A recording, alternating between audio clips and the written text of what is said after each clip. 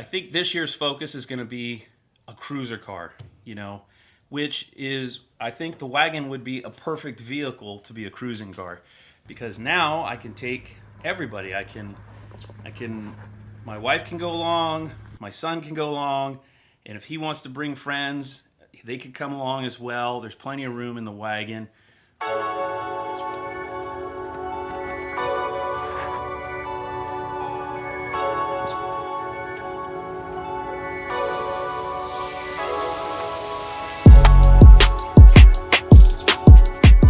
So that's this year's goal, to have a car that I can jump into, drive anywhere, drive all the way to San Diego and back, not have to worry about overheating. And gas mileage, it's got a 440 in it, you're not going to get crazy fuel economy with that. So maybe that'll be a focus for, down the road. But at least be able to get to, say, San Diego and back on maybe a gas, a tank of gas. That'd be kind of nice. But be able to go to events that are far from me, cruise them and enjoy the ride to get there and the ride home. The goal is to make the wagon basically a daily driver, towards daily driver status. So here are the issues with the car right now. Number one, I stole the cooling system out of the car to put into the 68 Charger. So I need to get another cooling system. I don't feel like pulling it out of this car and putting it back in that car. Musical radiators is not appealing to me. So it's bad enough I do that with batteries, right? But I also, kind of as a test bed, because my 68 Coronet, it's always ran hot, and I've never really nailed down a cooling system or a cooling system combination that just works really well. So I've tried a bunch of stuff on the 68, a bunch of different water pumps, radiators, shrouds, clutches, straight fans, the whole thing, and the car just always runs hot. My 69 Roadrunner I used to have, which is that 440 in the wagon, came from that car, also had heating issues, not as bad as the Coronet, but basically I want to get the car to where it's running cool, I can sit in traffic, not have to worry about it, overheating on me. And I also want it to be super reliable. I want it to be so reliable I'm not worried about, the car breaking down on me and stuff. So that's the goal. I've already ordered a radiator with some electric fans. When it comes in, we'll do a video on that, and we'll see how it does. Number two, the rear end on it, it's got an 8 1/4 and it's leaking from the pinion. As far as I'm concerned, there's no point in trying to fix it. I have no interest in it. I have a B-body 8 3/4 that needs to be cleaned up. I'm gonna go ahead and clean that up. I might rebuild a third member for it, although if I could find a nice set of gears, I want to go freeway gear on that car, 276s. If I could find a nice set of gears, I might just throw those in the car and be done.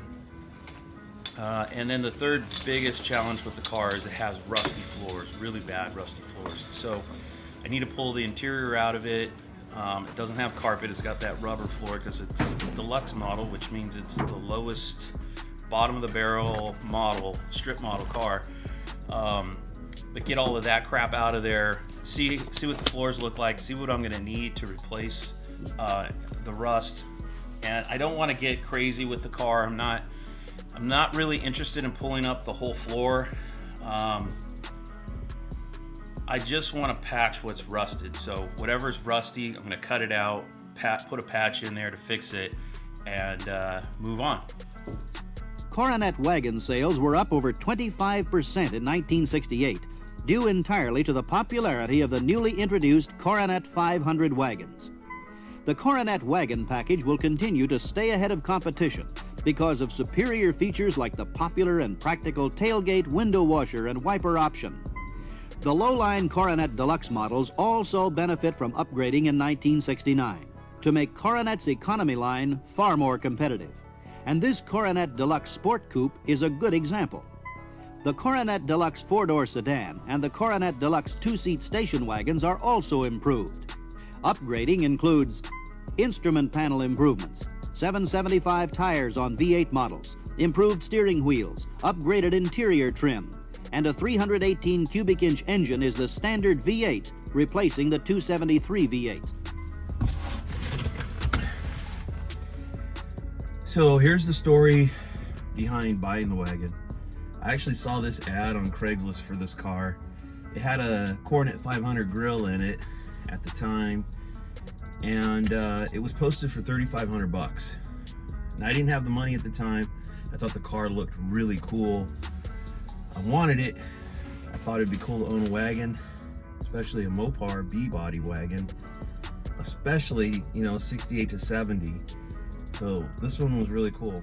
Anyway, I didn't have the money to buy the car, so I printed a copy of the Craigslist ad, and I don't know, put it somewhere, you know. And over time, I kept seeing, because I was always on Craigslist looking, seeing what's for sale, and eventually the ad for this car dropped off, right? So time goes by. I want to say it was close to a year that went by. It was quite a while, maybe even longer. But anyway, I was going through my stuff and I came across the Craigslist ad. Well, at this time I had some money. I didn't have $3,500, but I had some money. And I thought $3,500 was a little bit high for the car at that time. This would have been, I ended up buying it in 2015. So, you know, I printed the ad probably 2014 sometime, and then picked the car up in 2015. But anyway, I called the number, and I said I had printed this ad for this Coronet wagon, and I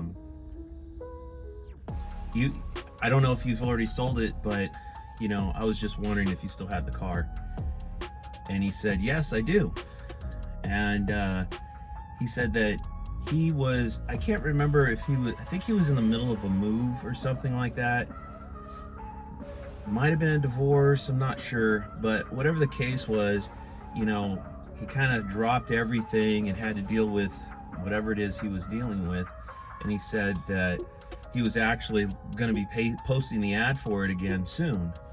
And so I said, well, can I come and look at the car? And he said, yeah. So it was over in Riverside. So I drove out there in the evening, checked the car out.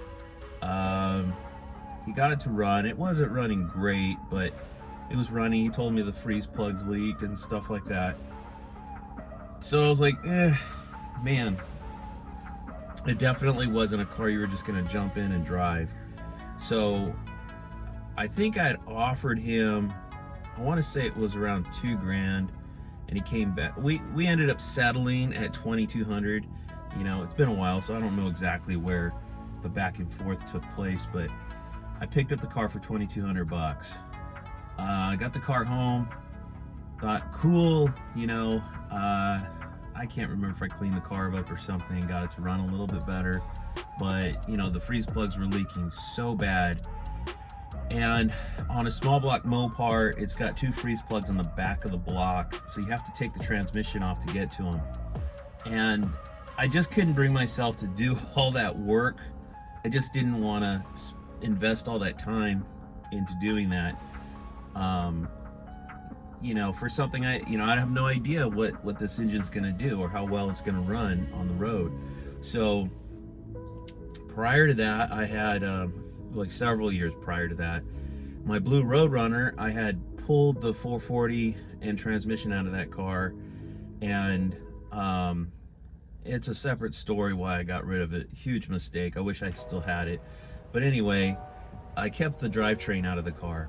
So I figured I'll put that 440 in this car. That transmission was a little bit more, you know, it had a manual valve body and stuff, so a little more built. Didn't need it for this car, so I had another transmission built for this car that was just more bone stock, you know. So anyway, dropped the engine in, dropped the transmission in, did a disc brake conversion, rebuilt the front end on it, and prior to that I had painted the engine compartment, and I don't know, probably I did all that, I would guess, in the space of a couple of years or so. And then, you know, typical life stuff, the car took a back seat. I did get the exhaust done on it, and I was getting to a point where I could drive the car, and then the rear end was leaking at the pinion. It's got an 8 3/4. It's got an 8 1/4 in the rear end, and kind of that same mentality with the engine. I was thinking, like, I'm not gonna spend any time and energy on this rear end. I do have another 8 3/4. I figured I'll build another 8 3/4 for it. Well, the car just got shelved at that point, and I haven't touched it since, really. At any rate, that's how I ended up with the car. So it was kind of cool that, you know, it was almost like it was destined to be mine, I guess, because, you know, it didn't sell. Maybe the higher price kind of kept it from selling. So I did luck out, I think, in that regard.